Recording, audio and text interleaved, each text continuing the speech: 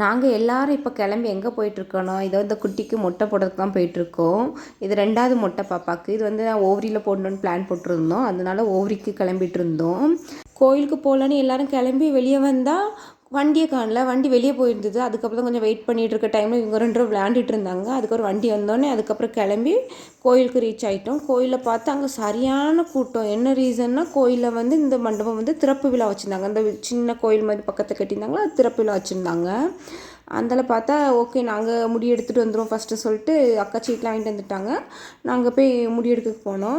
இன்றைக்கி ஃபஸ்ட்டு செவ்வாய் வேறு. எங்கள் சித்தியும் கோயிலுக்கு வந்திருந்தாங்க. அப்புறம் எங்கள் சித்தியும் பார்த்து வெல்கம் பண்ணிவிட்டு எங்கள் சித்தி வந்து அங்கே சாப்பாடு வைக்கிறாங்க, ஊரசனம் கொடுக்குறாங்கன்னு சொன்னாங்க. சரி எப்படி சாப்பாடு எப்படி இருக்குன்னு போய் பார்த்துட்டு வந்துடுவோம் சொல்லிட்டு முடிஞ்சால் சாப்பிட்டு வரும்னு சொல்லிட்டு என்ன மணி 2 இருந்தது.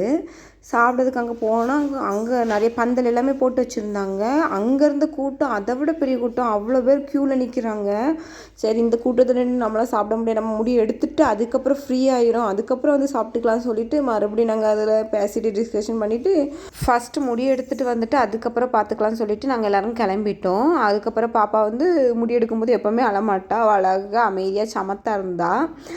அவங்களும் நல்லா நீட்டாக முடி எடுத்து விட்டுருந்தாங்க. நாங்கள் அதுக்கப்புறம் அவள் மொட்டை அடித்த உடனே அந்த செகண்ட் மொட்டைக்கு ஒரு வீடியோ சின்னதாக எடுத்து வச்சுட்டு அதுக்கப்புறம் அவளை குளிப்பாட்டி ட்ரெஸ் எல்லாம் போட்டு எடுத்து கிளம்பி கோயிலில் வந்து கும்பிட்றதுக்காண்டி போயிட்டோம்.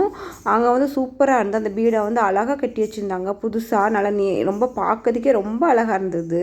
ப்ரேயர் பண்ணிவிட்டு அதுக்கப்புறம் நம்ம வந்து சாப்பிட போகலான்னு சொல்லிட்டு ஒரு 3:30 போயிருந்தோம். அப்போவும் க்யூவில் நின்று தான் நாங்கள் வாங்கி சாப்பிட்டோம்.